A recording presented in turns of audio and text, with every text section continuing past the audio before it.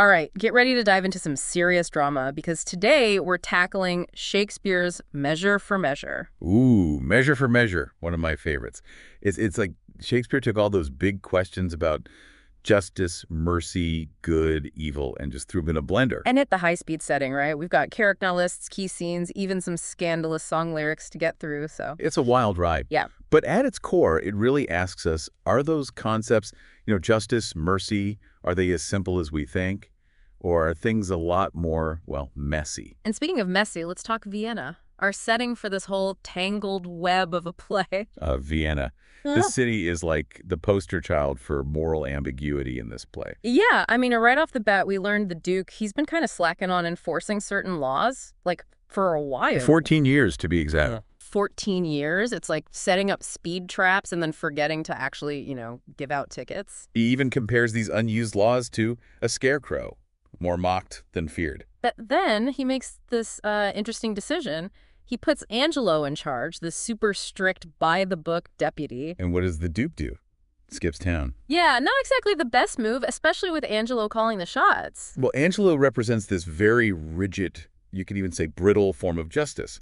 He's all about strict rules, harsh punishments, make people afraid of the law and they won't break it. That's his motto. Which, as you might guess, leads to some pretty intense consequences. Poor Claudio, he gets his fiancée pregnant. Totally normal thing, right? Right, except in Vienna, apparently that's a one-way ticket to death row. Talk about a bad day. So Claudio's only hope is his sister, Isabella, who, get this, is about to become a nun. Talk about a moral dilemma. What would you even do in that situation? Oh, it's classic Shakespeare. Yeah. Claudio is, understandably, terrified of dying. He's got some pretty vivid lines describing death. Cold obstruction, fiery floods, thick ribbed ice. It's enough to make you shudder. Yeah, no one's signing up for that. But here's where it gets really interesting.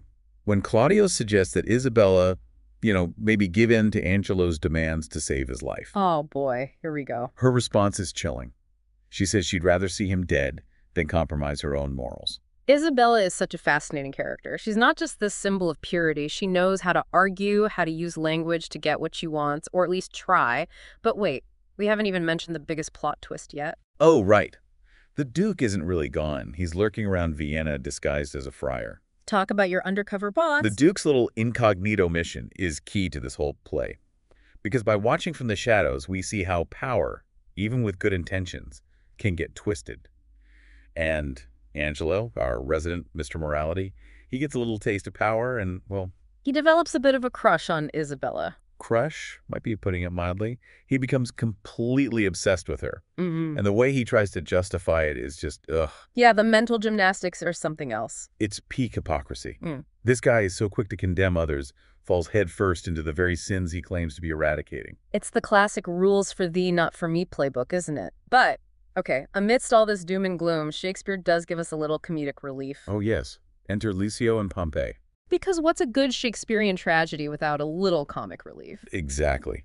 Lucio, he's our resident gossip, always got something to say about everyone. He calls Angelo sound as things that are hollow, which I think sums him up perfectly. And Pompey, well, let's just say he's had an interesting career trajectory, going from, shall we say, managing ladies of the night? He was a bawd, to use the Elizabethan term. Right, a bod. And then he ends up as the executioner's assistant. Talk about a career change. But it's more than just laughs, right? These characters, they make us question, who are the real criminals in Vienna? Who's really got those hollow morals? Precisely. Even Abhorsen, the executioner, seems to have more genuine remorse, more of a moral compass, than some of these supposedly upstanding citizens. It really makes you think. It's like Shakespeare saying, don't judge a book by its cover, or in this case, don't judge a city by its duke. Speaking of which, Angelo's little hypocrisy party comes to an end in a very Shakespearean showdown.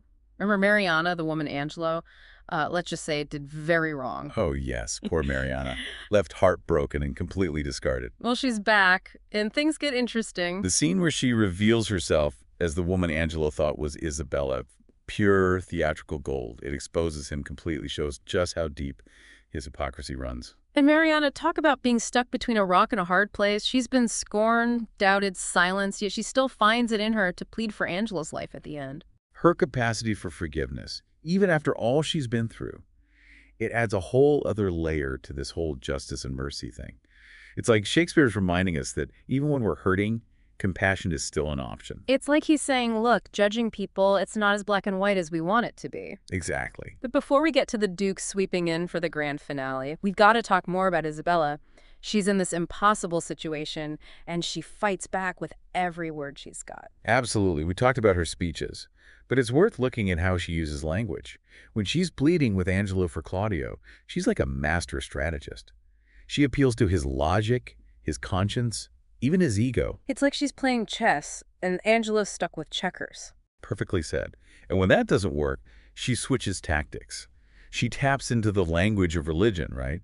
She's about to become a nun, a world where words have this incredible spiritual weight. And she uses that to contrast Angelo's desires with this, like, higher calling of mercy and forgiveness. She shifts the whole fight from a court of law to a court of morality. It's brilliant. But then we've got the Duke chilling in his friar disguise. He's all about strategic silence, picking his moments to jump in. It's so interesting, right? His silence speaks volumes. He's observing, gathering information, seeing the truth of what's happening in Vienna. It's like that saying, you have 2 ears and 1 mouth for a reason. Right. Sometimes listening is more powerful than speaking. Speaking of powerful, we got to talk about those two contrasting views on the law. We've got Angelo, Mr. Strict Enforcement, fear is the only way to keep people in line. Versus Aeschylus, who's seen it all and is a bit more, shall we say, realistic. Yeah, realistic. Their different views, I think, get at the heart of measure for measure.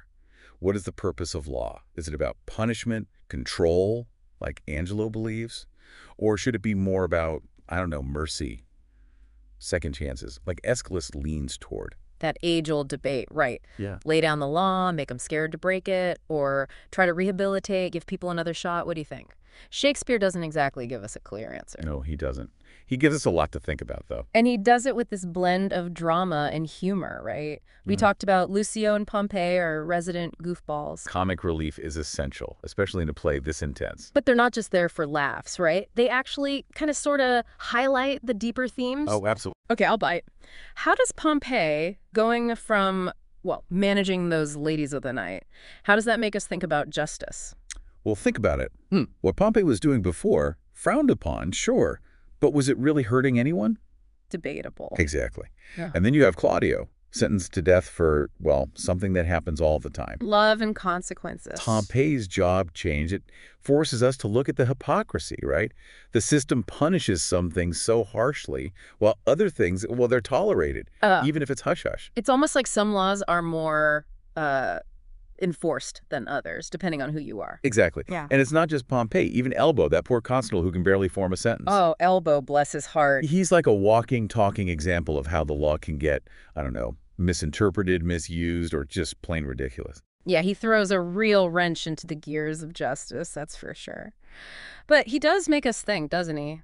If someone like Elbow has the power to, well, try to uphold the law, what does that say about the system itself? It makes you wonder if anyone in Vienna really gets this whole measure for measure thing, you know? Speaking of the Duke, he finally decides to, come out of hiding. The friar disguise comes off and boom, he's back in charge. Talk about a dramatic entrance. Claudio's freed. Angelo's forced to marry Mariana. What a twist. Even Lucio gets a little taste of his own medicine. So what do you think? Did the Duke stick the landing? Was his brand of justice, satisfying? The Duke's judgments are always up for debate, right? Yeah. Some people see it as, okay, order's restored, things are back on track after all that chaos. Others see it as a bit much, over the top. Like maybe he enjoys the drama a little too much. He does love a good reveal. He does. But I think that's Shakespeare's point, right? There's no neat ending, no simple lesson. It's more like he's leaving it up to us.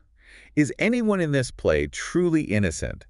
Is the Duke's version of justice really better than Angelo's, even if it seems nicer on the surface? It's like he's saying, hey, audience, you decide. Which is what makes Measure for Measure so brilliant. It's not just a story, it's an invitation. An invitation to what? To think, to question what we believe about justice, mercy, human nature, the whole shebang. It's like, if you were the Duke, what would you do? Tough question. Right. Would you be all strict and by the book like Angelo? Or would you lean towards mercy, second chances, like Isabella ends up doing? There are no easy answers, are there? Nope. And that's what makes this play so powerful. It sticks with you. It forces you to look inward, figure out what you believe. Because at the end of the day, the quest for justice, it's not about, checking boxes. It's about trying to find that balance between our ideals and, well, the messy reality of being human. Measure for measure, everyone. It's a wild ride, full of twists, turns, and questions that stay with you long after the curtain closes. Thanks for joining us on this deep dive. Until next time, keep those brain cells firing. Keep asking those tough questions. And remember, sometimes the most important answers are the ones we find within ourselves. Well said.